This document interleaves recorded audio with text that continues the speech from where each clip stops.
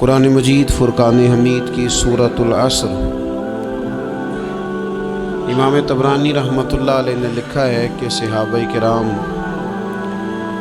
علیہم رضوان کا یہ طریقہ تھا کہ جب وہ ایک دوسرے سے ملاقات کرتے تو سلام کے بعد سورہ عصر کی تلاوت کرتے تھے۔ اس سورہ مقدسہ کے اندر اللہ تبارک و تعالیٰ نے بندہ مومن کی زندگی کا جو دستور ہونا چاہیے وہ بیان فرما دیا۔ اس کے انتہائی مختصر اور نہایت ہی جامع الفاظ ایک بندہ مومن کو کامیابی کا ایک بڑا راستہ بھی دکھاتے ہیں اور بندہ خسارے سے کیسے بچ سکتا ہے۔ وہ خاص مضمون ہے اس سورہ مبارکہ کا۔ دنیا میں کوئی شخص بھی ایسا نہیں ہے جو زندگی میں کسی بھی موقع پر خسارہ اٹھانا چاہتا ہو، وہ دینی ہو، دنیاوی ہو، مالی ہو، روحانی ہو۔ خسارے سے انسان بچنا چاہتا ہے۔ وہ چاہتا ہے کہ کچھ بھی ہو جائے میں نقصان میں نہ جاؤں۔ میں نے یہ بھی سنا ہے بعض لوگوں سے کہ چلو فائدہ نہ ہو جائے، برابر برابر ہی ہو جائے، لیکن خسارہ نہ ہو، نقصان نہ ہو۔ لوگ خسارے سے گھبراتے ہیں۔ قرآن مجید کی یہ سورہ مبارکہ ہمیں بتاتی ہے کہ خسارے اور نقصان سے بچا کیسے جا سکتا ہے۔ فرمایا والعصر، زمانہ محبوب علیہ السلام کی قسم، زمانہ محبوب کی قسم، ان الانسان لفی خسر، بے شک آدمی ضرور نقصان میں ہے، خسارے میں ہے۔ بعض نے ایک باریک فرق بھی کیا ہے، کہتے ہیں نقصان ہوتا ہے جو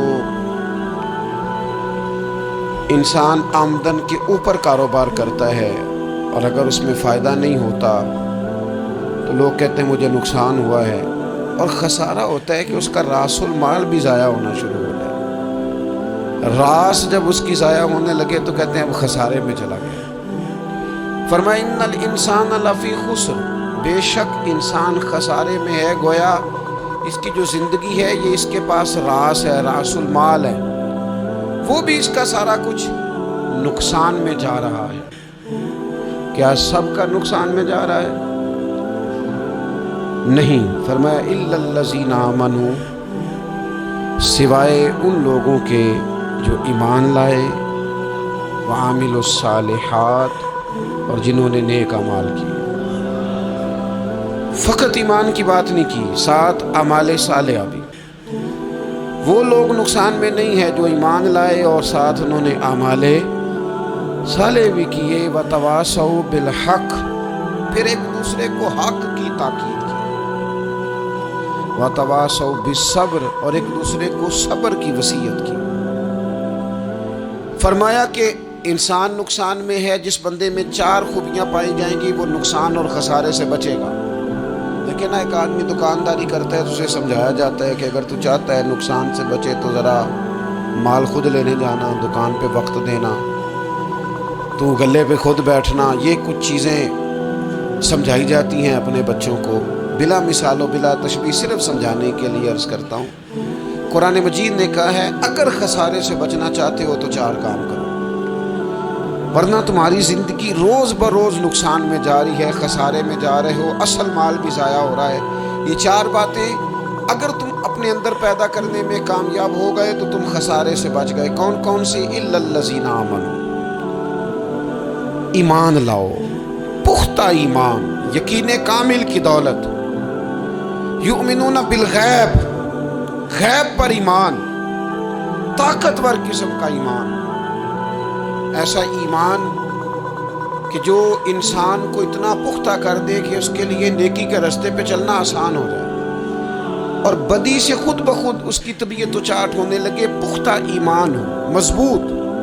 وعاملوا الصالحات، اور پختہ ایمان کے بعد پھر اعمال صالحہ سے اپنے آپ کو آراستہ کرو۔ تمہاری زبان سچ بولے، تمہاری آنکھیں شرم و حیا والی ہو، تمہارا وجود جب بھی قبول کرے رزق حلال ہی کو قبول کرے، سوچیں ستھری ہوں، نظریات پاکیزہ ہوں، طبیعت خیر خائی والی ہو، کسی کے لیے اچھے جذبات رکھتے ہو، تمہارا وجود نفع بخش ہو، ہمیشہ کسی کا بھلا کرنے کی خواہش طبیعت میں مچلتی رہتی، اعمال صالحہ سے اپنے آپ کو آراستہ کرو، صوم و صلات کی پابندی ہو، نماز کا خیال ہو، نماز کے قیام کا خیال ہو، ظاہری باطنی آداب کے ساتھ اللہ کے حضور عبادت کے لیے حاضر ہونا تمہارا جذبہ ہو، ایمان اور اعمال صالحہ، یہ دو خوبیاں، وَتَوَاصَوْا بِالْحَقِّ،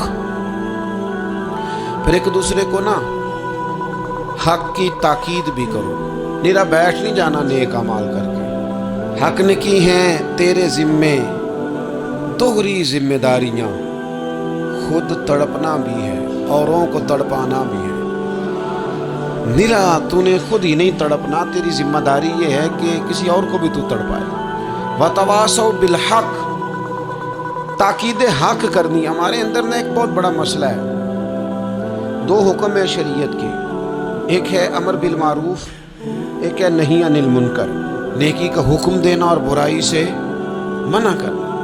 میں نے دیکھا ہے کہ بڑی کمزوری پائی جاتی ہے، نیکی کی بات لوگ پھر بھی کر لیتے ہیں، لیکن نہی عن المنکر، کسی بندے کو برائی سے روکنا، منع کرنا، طبیعت ہوتی ہے گڈ بک میں رہنے کی، مزاج ہوتا ہے سب کی آنکھوں کا تارا بننے کا، اپنے گھر کے اندر بھی اتنی جرت کا مظاہرہ نہیں کرتے کہ غلط کو غلط کہہ سکے، حق بات کی تائید کر سکے، طاقت ہی نہیں ہوتی۔ ایسی عجیب سیاست سکھا دی گئی ہے کہ ہر شخص ایک عجیب رنگ میں اپنی زندگی بتانا چاہتا ہے۔ قرآن مجید کہتا ہے خسارے میں چلے جاؤ گے اگر کلمہ حق تمہاری زبان پر نہیں آتا، اگر کلمۃ الحق ادا کرنے کی تمہارے اندر طاقت نہیں ہے تو تم نے ضائع کر دیا سارا وقت، حاصل کیا کیا؟ کہیں اگر اپنی برادری، اپنا قبیلہ، اپنا خاندان کسی موقع پر غلط ہے اور سامنے کوئی قبیلہ ٹھیک ہے تو آپ تائید کریں سامنے والوں، آپ کے اندر یہ اخلاقی جرت ہونی چاہیے کہ غلط کو غلط کہہ سکیں اور صحیح کو صحیح کہہ سکیں۔ نبی اکرم علیہ السلام نے فرمایا تم میں سے جو برائی دیکھے وہ چاہیے اسے کہ وہ ہاتھ سے بدل دے، مظاہرہ کرے جرت کا کہ میں نہیں ہونے دوں گا، اور فرمایا اتنی طاقت نہ ہو تو زبان سے ہی کہہ دے، اعلان کرے برائی کے خلاف، اور فرمایا یہ بھی نہ کر سکے تو دل میں ہی برا جان لے، ذالک اضعف الایمان، یہ کمزور ایمان کی علامت ہے۔ تو حق بات کا مزاج، او جی میں نے اپنی قبر میں جانا ہے، او میاں آپ کے ذمہ اللہ تعالیٰ نے قانون لگایا ہے، کنتم خیر امۃ اخرجت للناس تأمرون بالمعروف وتنہون عن المنکر، تم نے لوگوں کو بھلائی کا حکم دینا ہے اور برائی سے منع کرنا ہے۔ غلط کام ہو رہا ہو تو آپ غلط کو غلط ہی نہیں کہیں گے، آپ کی طبیعت اس طرح کی ہو جائے کہ آپ بات چپ سادھ لیں، آپ کی زبان پر کسی مظلوم کے حق میں کوئی کلمہ ہی نہ آئے۔ ایک بستی میں 2-3 لوگ بڑے نیک رہتے تھے، باقی بستی ساری گناہوں میں، معاذ اللہ، اللہ کی نافرمانیوں میں، حدوں کو توڑنے میں مشغول تھی۔ اللہ کریم نے فرشتوں کو حکم دیا کہ اس بستی کو الٹ دو۔ فرشتوں نے عرض کی مالک وہاں تیرے 2-3 نیک بندے بھی تو رہتے ہیں، تو رب کریم نے فرمایا سب سے پہلے انہیں تباہ کرنا۔ مالک نیکوں کو، پرہیزگاروں کو، فرمایا یہ کس طرح کے پرہیزگار ہیں، خود تو نمازیں پڑھتے رہے اور میری نافرمانی دیکھ کے کبھی ان کے ماتھے پر شکن تک نہیں آیا، کبھی ان کی طبیعت پر بوجھ نہیں بنا کہ لوگ دین کی حدیں توڑ رہے ہیں میں کم از کم زبان سے ہی کہہ دوں، نے کبھی سوچا ہی نہیں کہ شریعت اسلامیہ کو سر عام پامال کیا جا رہا ہے اور کوئی کلمہ ان کی زبان سے ادا نہیں ہوا۔ پہلے ان لوگوں کو تباہ کرنا، خود تڑپنا بھی ہے، اوروں کو تڑپانا بھی ہے، اپنی زندگی میں حق کہنے کا مزاج پیدا کریں، کسی کو روکیں کہ میاں یہاں تو غلط ہے۔ ہم سے لوگ مشورہ لینے آتے ہیں، ہم ہاں میں ہاں ملا کے گزر جاتے ہیں۔ اگر آپ کو محسوس ہونا کہ سامنے والا بندہ جو آپ کے پاس بیٹھا ہے وہ بات درست نہیں کر رہا تو یہ جرت پیدا کریں، اگرچہ حکمت سے کہیں، دانائی سے کہیں، اچھے جملوں کا چناؤ کر کے کہیں، لیکن اس کو کہیں، اس کو سمجھائیں کہ یہاں تو بھی غلطی پہ ہے۔